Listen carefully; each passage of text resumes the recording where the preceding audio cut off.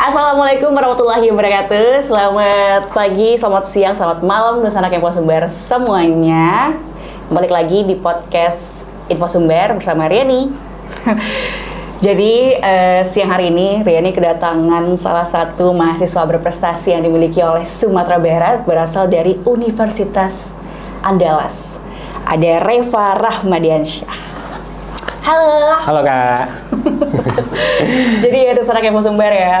Reva datang ke sini bukan tanpa alasan nih, karena kita mengundang Reva datang buat ngobrol bersama kita di sini, buat nanya-nanya seputar prestasi yang banyak banget yang dipunya sama Reva.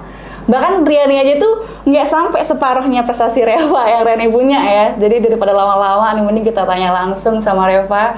Sejauh ini prestasi apa aja yang udah diraih sama Reva?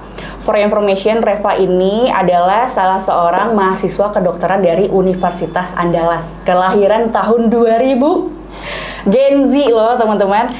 Reva, gimana rasanya menjadi seorang Gen Z yang berprestasi di era sekarang? Yang kayak orang-orang selalu kayak Gen Z lemah, Gen Z mah tidak bisa diandalkan. Tapi kita punya Reva di sini, Dunsana Infosumber. Tentunya bersyukur ya Kak. Karena diberikan kepercayaan, diberikan nikmat gitu ya. Karena mungkin ini suatu hal yang tidak mudah juga untuk mencapai ke sana, tapi berkat dukungan dari orang-orang di sekitar dan juga berkat dorongan motivasi dari dalam diri Reva juga, alhamdulillahnya bisa mencapai itu semua. Oke. Tuh, orang kalau misalkan berprestasi tuh kayak gitu.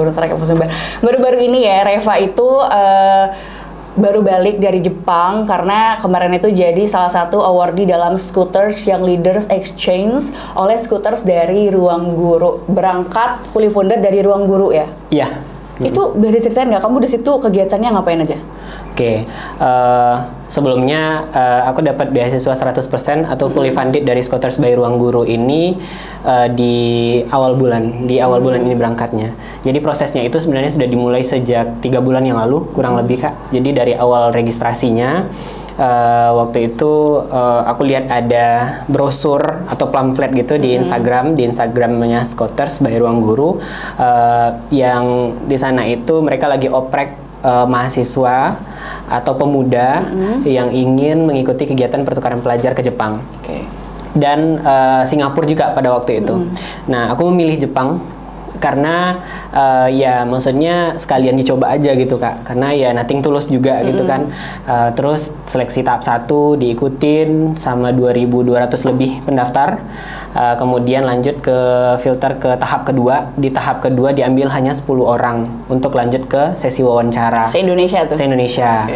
Di sesi wawancara, alhamdulillahnya pada waktu itu lancar, dan aku berhasil menjadi peraih poin tertinggi dari semua seleksi dan berhak mendapatkan beasiswa 100% dari Scooters by Ruang Guru. Oh my god, se-Indonesia? Se-Indonesia. Dari 2.200 lebih mendaftar. Gila.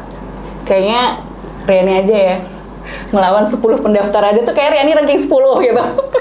Ini 2.200 dan kamu yang berhasil berangkat ke Jepang saat itu. Dengan beasiswa. Dengan beasiswa. Iya. Tidak dengan biaya kamu sendiri, sepersen pun tidak ada. Tidak ada. Alhamdulillahnya. Sekali. Ini tahun ini ya? Iya, baru awal bulan kemarin Kak. Berangkatnya. Di situ kegiatannya ngapain aja, Reva? Di sana kita ya exchange. Jadi kita ke kampus-kampus belajar di sana. Kita ke beberapa kampus. Pertama mulai dari Tokyo University, kampus top di Jepang, kampus nomor 1-nya Jepang. Di sana kita ada presentasi, ada sit-in class juga waktu itu mengenai food technology dan juga pengenalan makanan-makanan yang ada di Jepang dan gimana industrinya, kemudian gimana input dan outputnya. Kemudian yang kedua tuh di Waseda, kampusnya Bang Jerome. Ya, Jerome Pauline. Oke, di Waseda kita belajar tentang robotik. Jadi robotic exploration, di awalnya itu kita belajar tentang teori, pengenalan laboratorium, terus juga apa yang sudah mereka hasilkan, apa yang sudah mereka kembangkan di laboratoriumnya, dan kita juga diberi kesempatan untuk berinteraksi langsung dengan robotnya waktu itu. Ya, jadi robotnya mereka itu juga tidak terbatas untuk kehidupan sehari-hari atau teknologi tertentu saja, tapi juga sudah merambah ke berbagai ranah. termasuk waktu itu di ranah kedokteran. Dan salah satu momen yang insightful waktu itu bagiku adalah salah satu robot mereka itu bahkan sudah bisa USG, Kak. Oh ya? Iya. Melakukan USG, pemeriksaan kehamilan pada ibu hamil waktu itu. Jadi targetnya di 2030 mereka punya roadmap-nya 2000 sekian itu mereka udah bisa kayak gini, udah bisa gini. Dan salah satunya teknologi yang paling keren menurut aku waktu itu adalah sebagai mahasiswa kedokteran mereka bisa USG. Oke, jadi teknologi mereka di bidang kedokteran juga bikin kamu kayak amazed gitu ya. Dan mereka udah semaju itu gitu. Bener. Indonesia, nggak usah dibandingin. Mohon maaf. Tapi nih Reva, perjalanan kamu akhirnya sampai ke Jepang itu pastinya nggak maksudnya nggak kamu capai dengan gampang. Pasti kalau kita runut ke belakang nih, pasti Reva punya segudang prestasi lainnya yang akhirnya itu bikin Reva sampai di titik ini. Kamu kan mahasiswa kedokteran, sulit nggak untuk membagi waktu kamu harus belajar, kemudian cari tahu lagi nih ada award di sini, cari tahu lagi nih ada kesempatan buat ikut lomba ini gitu. Okay. Jujur berat sih, Kak. Awal-awal masuk kedokteran itu sebenarnya kedokteran ini adalah sesuatu besar yang aku impikan sejak sekolah. Jadi dulu waktu SMA itu aku sekolah di boarding school dan kita kan punya bed masing-masing ya. Kebetulan di bed aku itu ada semacam sticky notes yang aku tempel yang aku bisa lihat setiap hari bangun tidur mau tidur gitu. Yang tulisannya itu adalah pokoknya dokter. My God. Jadi sepengen itu untuk kuliah kedokteran. Merinding gue. Terus? Dan kebetulan juga waktu tes masuk kuliah, aku mengambil semua jurusannya itu di kedokteran. Jadi pilihan 1, pilihan 2, pilihan 3, semua pilihannya kedokteran. Dan alhamdulillahnya lulus di salah satu pilihan di kedokteran UNAN. Mungkin itu jadi salah satu prestasi yang sangat aku syukuri sampai sekarang bisa berada di jalur ini. Karena memang sesuatu yang memang aku sudah idam-idamkan sejak lama dan orang tua aku juga dukung. Dan di 2018 ternyata setelah masuk di awalnya sebenarnya juga ada spill dikit sih. Kayak mungkin kakak juga pernah dengar tentang kalimat welcome to the jungle. Benar. Jadi waktu awal masuk itu aku otomatis euforianya sebagai mahasiswa kedokteran, gila nih gue calon dokter gitu. Iya, euforianya tentu ini ya, tentu punya euforia tersendiri gitu. Tapi setelah masuk, ternyata emang beneran jungle ya gitu. Benar. Beneran emang, apalagi aku insya Allahnya jadi dokter pertama di keluarga. Jadi untuk informasi dan lain-lain itu aku emang effort untuk mencari dari awal masuk kuliah di kedokteran gitu. Emang ibaratnya emang bener-bener masuk ke jungle tanpa ada apa-apa dan emang beneran meraba gitu loh. Dan di awal-awal perkuliahan karena ya aku sepertinya waktu itu culture shock ya, Kak, dengan jadwal di kedokteran yang sebegitu padatnya dan kita nggak cuma belajar baca buku, kemudian latihan dan lain-lain, tapi juga kita dituntut untuk bisa menguasai skill. Jadi emang benar-benar otak dan otot tuh kerja barengan gitu. Dan itu bikin capek mental, capek fisik di awal-awal. Sehingga pas semester 1 itu aku belum berani untuk mengambil kegiatan apapun. Jadi emang benar-benar fokus kuliah dan itu aja aku udah kelayapan rasanya waktu itu. Terus apa nih hal yang nge-trigger kamu akhirnya, kan tadi kamu capek, terus tiba-tiba out of nowhere masuk hutan gitu. Terus kamu ke-trigger, gue cari kegiatan lain lah gitu. Padahal kamu seorang mahasiswa kedokteran yang mana itu tuh membuat kamu dengan kuliah kamu saja kamu udah terikat. Kemudian kamu kegiatan ini lagi, kegiatan kesini lagi, komunitas ini, komunitas itu. Kenapa bisa kamu se-extrovert itu sebagai seorang mahasiswa kedokteran? Iya, sebenarnya kalau dari exposure mungkin ya, dari exposure awalnya. Jadi istilahnya mungkin pada waktu itu dalam tanda kutip aku cari pelarian, Kak. Jadi nggak bisa nih satu semester udah fokus banget ke kedokteran, tapi nyatanya juga ya gitu-gitu aja gitu loh. Nggak merasa puas ya? Iya, maksudnya lebih ke kayak aku harus cari alasan untuk bertahan di sini gitu, di jalur ini, supaya nggak yang kalau stuck tuh, misalnya kita bisa cari pelarian lain yang bisa bikin kita bahagia dan tetap bisa di jalur ini gitu. Jadi semester 2 aku lihat kakak-kakak tingkat di kedokteran yang kesana kemari itu dengan prestasi. Jadi mereka terbang setiap berapa blok gitu ya, setiap berapa semester gitu, presentasi karya dan lain-lain. Mereka bisa keluar kota dan lain-lain. Kebetulan aku juga suka traveling. Jadi ya mungkin ini bisa jadi salah satu jalan ninja aku waktu itu untuk bisa mencari pelarian yang positif gitu Kak.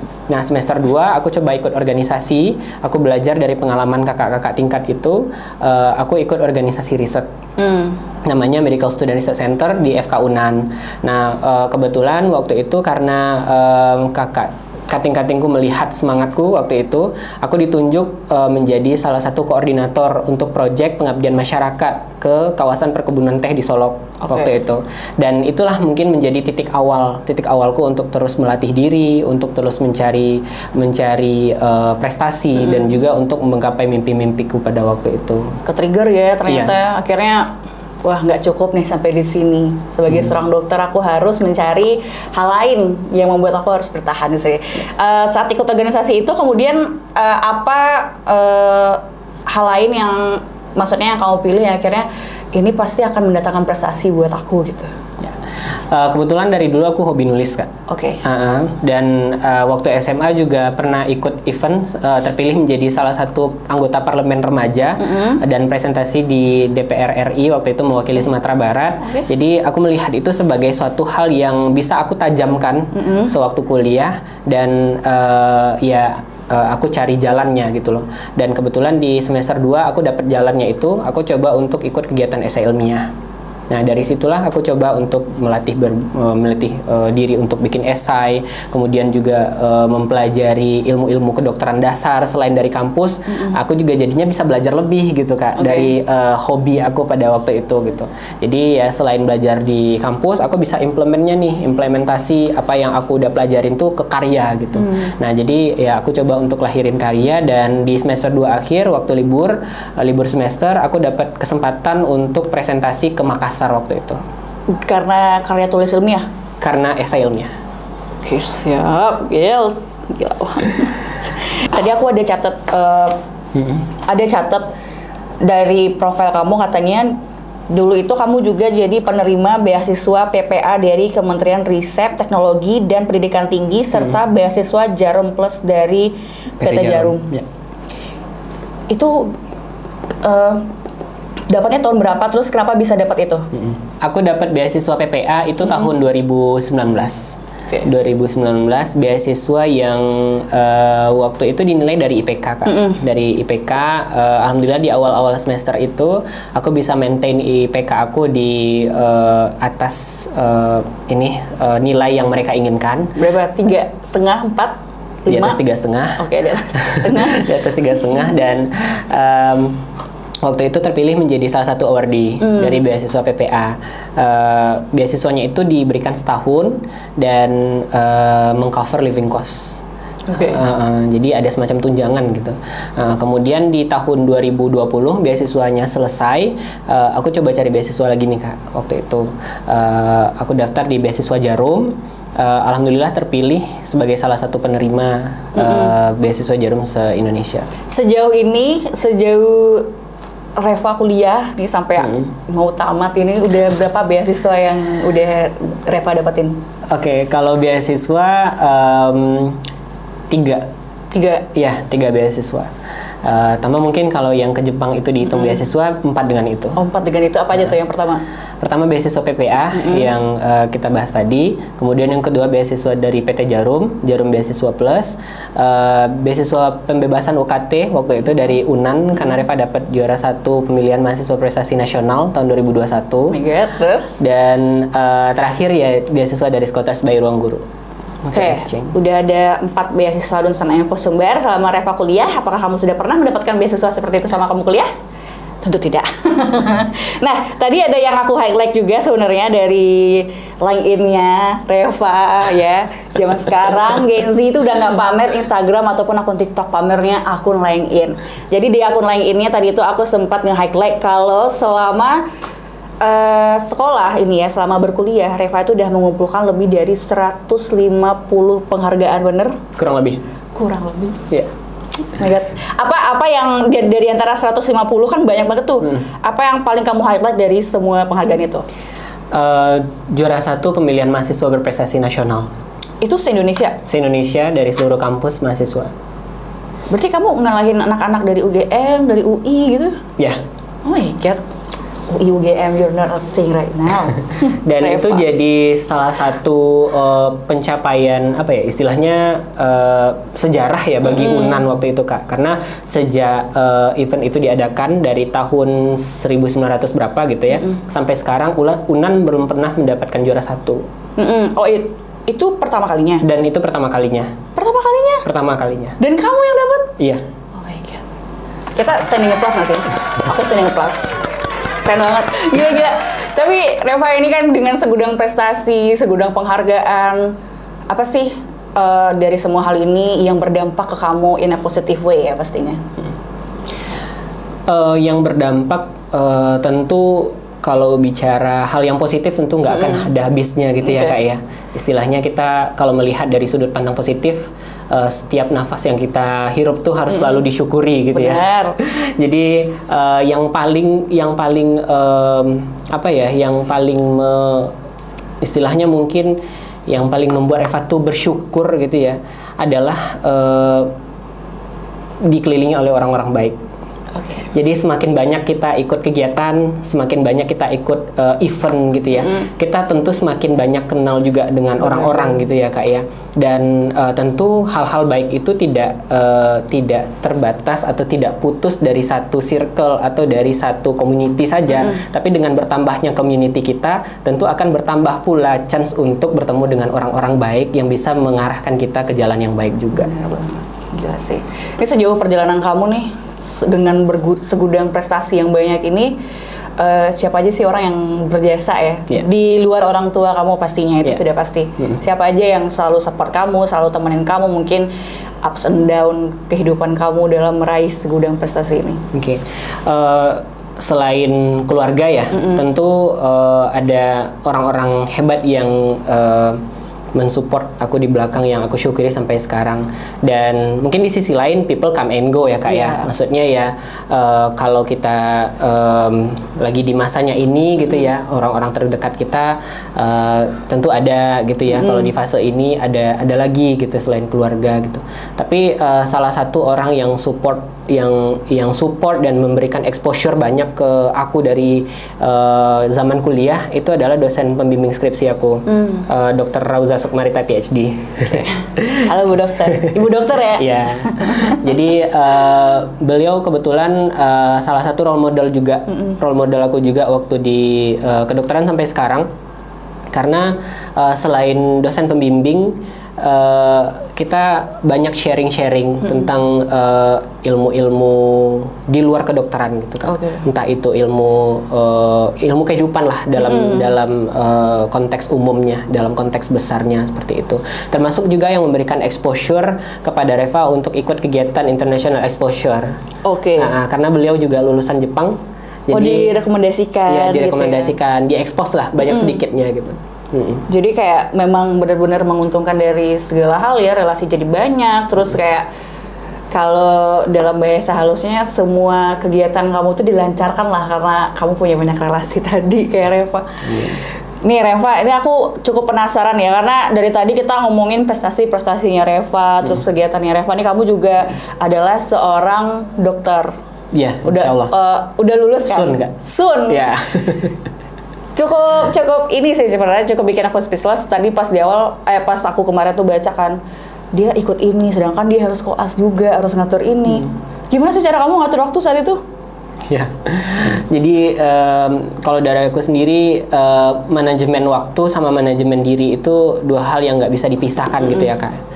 Waktu adalah satu hal yang pasti, 24 jam dalam sehari, 7 hari dalam seminggu itu nggak bisa dirubah lagi gitu. Tapi bagaimana kita memaksimalkan waktu yang kita punya itu dengan memanajemen diri kita. Artinya terkadang kan waktu yang ada itu habis dengan kegiatan yang mungkin menurut kita itu tidak produktif gitu ya. Tapi ya konteks produktif itu dari kacamata masing-masing sih. Tapi ya dengan adanya manajemen diri Kalau misalnya kita capek ya gitu ya, berarti kita alokasikan waktu kita untuk istirahat. Kalau misalnya kita lagi on fire nih, alokasikan semangat dan waktu kita itu untuk sesuatu hal yang dalam tanda kutip produktif tadi gitu. Jadi pandai menempatkan diri untuk waktunya aja sih. Oke, tapi di antara semua kesibukan kamu itu, ada nggak momen dimana kamu bersenang-senang gitu? Misalnya kan kamu belajar, kamu ngampus gitu. Ada nggak momen dimana kamu kayak, gila gue harus refreshing, gue harus jalan sama teman gue harus ini gitu? Ada. Kalau teman-teman yang ngikutin Instagram aku mungkin bisa lihat. Oh berarti kamu juga ini ya, juga having fun berarti ya? Iya tentu Kak, karena itu perlu untuk menjaga kewarasan. Seorang Reva yang kita lihat sekarang, yang terlihat seperti sangat berprestasi pastinya ya. Bagaimana kehidupan Reva di luar ini? Apakah kamu adalah memang seorang yang sebenarnya kamu tuh pendiam gitu, kamu tuh lebih suka waktu sendiri, atau kamu kayaknya lebih nyaman untuk 2 atau 3 orang teman-teman aja? Gimana kehidupan kamu sehari-hari sebenarnya? Boleh nggak diekspos di sini? Boleh, mungkin nanti sekalian lihat di Instagram juga ya. Reva Rahmat. Reva Rahmat, oke. Aku lihat sekarang kalau gitu. Udah mutualan kayaknya kita Kak? Belum. Oke. Setelah ini ya. Boleh. Lu ceritain. Jadi kalau kehidupan pribadi sih sebenarnya aku tuh seorang yang ekstrovert. Sebenarnya kalau dari tes psikologi itu ya Kak ya, aku seorang yang ekstrovert, dan kalau dari 4 personality yang sanguinis, melankolis, pragmatis, dan koleris, aku di situ sanguinis, yang memang suka tampil, suka di depan kamera seperti itu. Maksudnya tapi di sisi lain aku juga melankolis yang keduanya gitu. Jadi aku juga terkadang tuh perfeksionis. Tapi itu aku jadikan sebagai strength bagi aku gitu Kak. Maksudnya ya kalau misalnya melakukan sesuatu tuh, misalnya kita melakukan sesuatu nih, ya itu harus terencana gitu loh, harus well organized, harus well prepared gitu. Dan orang-orang di sekeliling aku juga teman-teman dekat, terutama waktu koas sih Kak ya. Nah, waktu koas tuh yang kerasa gitu ya, karena kita ya dengan teman-teman itu 20, bahkan bisa dibilang 24/7, apalagi kalau di rumah sakit ya, apalagi kalau jaga malam dan segala macam gitu ya. Ya tentu support dari teman-teman tuh penting banget sih, penting banget. Dan ya harus pandai-pandai memilih teman lah ya. Benar. Memilih teman untuk dijadikan teman dekat. Tapi kalau misalnya kita baik untuk ke semua orang, nggak boleh pilih-pilih. Tapi kalau untuk menjadikan teman dekat, kita harus filter. Gitu. Oke. Tuh, kalau punya circle di filter, jangan semua orang temenin. Reva, ini mungkin kita bakalan loncat langsung ke beberapa pertanyaan terakhir. Aku pengen dong dengerin statement kamu, mungkin nextnya apa yang akan kamu lakukan. Karena ini kamu mau be a doctor soon, gitu kan. Mungkin jadi dokter, kerja, apakah mungkin nanti kamu akan PPDS menjadi dokter spesialis, kemudian apakah kamu akan melanjutkan mencari award-award lain, apa gimana? Ya, tentunya aku berharap kedepannya jalan-jalan kebaikan itu semakin dibuka lagi. Dan insya Allah di akhir bulan ini aku bakal sumpah dokter Kak. Oke. Ya, jadi kan yudisium, pelantikan dan sumpah dokter, kemudian wisuda, setelah itu menunggu penempatan untuk internship. Jadi kalau di kedokteran kita ada program internship dokter Indonesia namanya, setahun kurang lebih, 6 bulan di puskesmas, 6 bulan di rumah sakit. Nah setelah itu baru kita bisa melanjutkan karir gitu ya. Berarti kamu mau fokus dulu berarti internship? Iya, kita fokus, aku pribadi ya fokus ke programnya itu dulu. Nah setelah itu nanti baru mencari pengalaman sebanyak-banyaknya untuk mempersiapkan masa depan. Bener, dirancang kembali ya, karena nggak boleh cepat puas. Iya, nggak boleh cepat puas dan nggak boleh gegabah juga kan ya. Nggak boleh gegabah. Ingat teman-teman, udah 150 lebih penghargaan dan sudah punya 4 beasiswa. Dan masih banyak lagi yang akan menunggu Reva di depannya. Reva, boleh nggak kasih bukan last speech ya, tapi kayak mungkin inilah kata-kata dari kamu mungkin buat anak muda Sumatera Barat, biar mereka juga termotivasi biar seperti Reva. Mungkin dari POV aku sebagai Gen Z ya Kak. Iya, untuk Dunsana Kasadonyo. Oke, gitu boleh. Untuk teman-teman semua yang lagi nonton Info Sumbar, mungkin teman-teman yang nonton di sini, pertama aku appreciate dulu karena tontonan-tontonan seperti ini tuh jarang yang mau nonton sampai akhir. Bener. Apalagi yang konteksnya pendidikan dan lain-lain gitu. Ya kita cenderung sekarang ya kita aku sendiri nggak menafikan juga konten-konten viral itu lebih seru gitu. Tapi ya in another way konten-konten pendidikan itu juga harus semakin di-up, harus semakin dibuatkan panggungnya supaya kita itu realize gitu, SDM kita tuh bisa lebih prepare untuk kedepannya seperti apa. Untuk teman-teman semua, untuk berprestasi ataupun menjadi seseorang itu nggak harus dari satu jalur kok. Ada banyak jalur, ada tidak satu jalan ke Roma, tidak satu jalan ke Roma, dan kita bisa bersinar dengan cahaya kita masing-masing.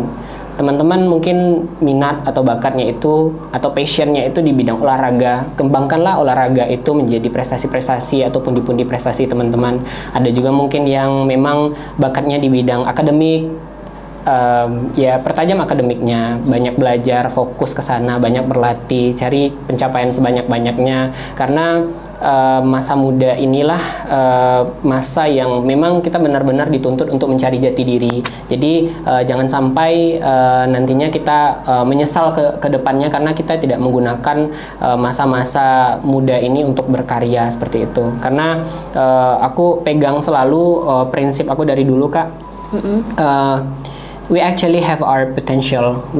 We actually have our colors. Kita semua itu punya potensi kita masing-masing. Kita semua punya warna kita masing-masing. And shine with that. Bersinarlah dengan itu. Karena cahaya itu tidak selalu merah, tidak selalu jingga, tidak selalu biru. Tapi ada banyak sekali cahaya, ada banyak gradasi warna yang bisa menyinari dan juga memberi warna untuk orang-orang di sekitarnya. Oke, ampun. Keren banget sih, Reva. Benar-benar menginspirasi kita ya. Walaupun Riani sudah tidak muda lagi dan sana info sumber. Tapi ini benar-benar memotivasi Riani, yang mana tahu nanti abis event ini, abis podcast ini aku tiba-tiba pengen daftar S2, who knows kan? Amin. Amin ya. Nanti ketemu Reva di UNAN gitu. Oke. Reva, terima kasih banyak sudah sharing sama kita. Semoga nih apa yang Reva dapatkan hari ini, penghargaan Reva, kemudian sosok Reva sendiri itu bisa menginspirasi anak muda Sumatera Barat agar bisa lebih maju lagi, mengharumkan nama Sumatera Barat, bahkan mengharumkan nama Indonesia di kancah internasional. Sekian dulu dan sana Info Sumber. Terima kasih kepada Reva. Ya, terima kasih juga Info Sumber. Sampai jumpa di podcast selanjutnya.